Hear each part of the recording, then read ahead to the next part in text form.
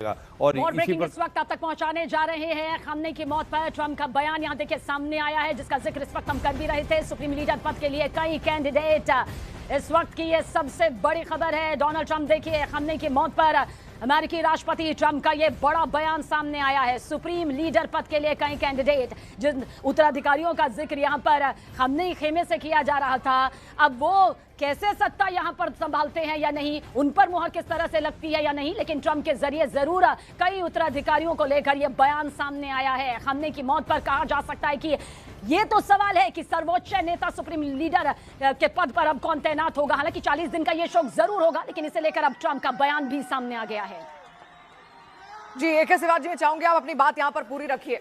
हाँ देखो, मैं यही कह रहा था कि सच्चाई ये है कि अब माहौल बदल गया है ईरान में, क्योंकि जो सुप्रीम लीडर नहीं रहे, वो जो कंट्रोल था उनका, उसमें फ़र्क तो आएगा। और अब सड़कों पे लोग जिस तरीके से जश्न मना रहे हैं, ये दिखलाता है कि काफ़ी तबका था सोसाइटी में जो इन रिस्ट्रिक्शनों से परेशान था, जैसे अनएम्प्लॉयमेंट, इन्फ्लेशन, करप्शन। इसके लिए बदलाव चाहते थे, वो चाहते थे कि फ्रीडम मिले। वो जो यंग जनरेशन है उनका यही एक प्रकार से इरादा। देखें आप सड़कों पे आ रहे हैं लोग और वो जश्न मना रहे हैं। दूसरी बात यह है, क्या ईरान ज़्यादा देर टिक पाएगा? मुझे लगता नहीं ईरान अमेरिका और इजराइल के सामने ज़्यादा टिक पाएगा। उसकी दो वजह है, एक तो इसकी एयर पावर नहीं है, एक इसका एयर डिफेंस सिस्टम कमज़ोर है। साइबर वारफेयर की जो बात कर रहे थे, अमेरिका और इजराइल जिस प्रकार से साइबर वारफेयर का इस्तेमाल करके इनके जो हर इलेक्ट्रॉनिक आइटम को एक प्रकार से बिल्कुल जैम कर रहे हैं, ये भी है। तीसरी बात सबसे इम्पोर्टेंट जो है कि आज की तारीख के अंदर ये हेडलेस है,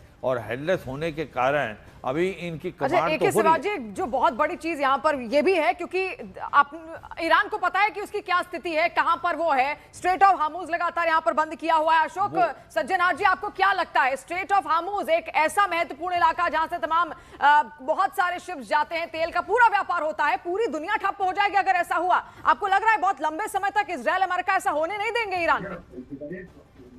ठीक कह रहे हैं। देखिए, अगर ये बातचीत तो बहुत समय से हो रही है, परंतु अब इस सरकार को आए हुए 47 साल हो गए हैं वहां पर, और बहुत बारी उसके विरुद्ध ऑपोजिशन हुआ है, प्रोटेस्ट हुए हैं, डेमोन्स्ट्रेशन हुए हैं, अमेरिका के साथ भी युद्ध हुआ, पर उसने स्ट्रेट ऑफ हॉर्मुज को बंद नहीं किया है।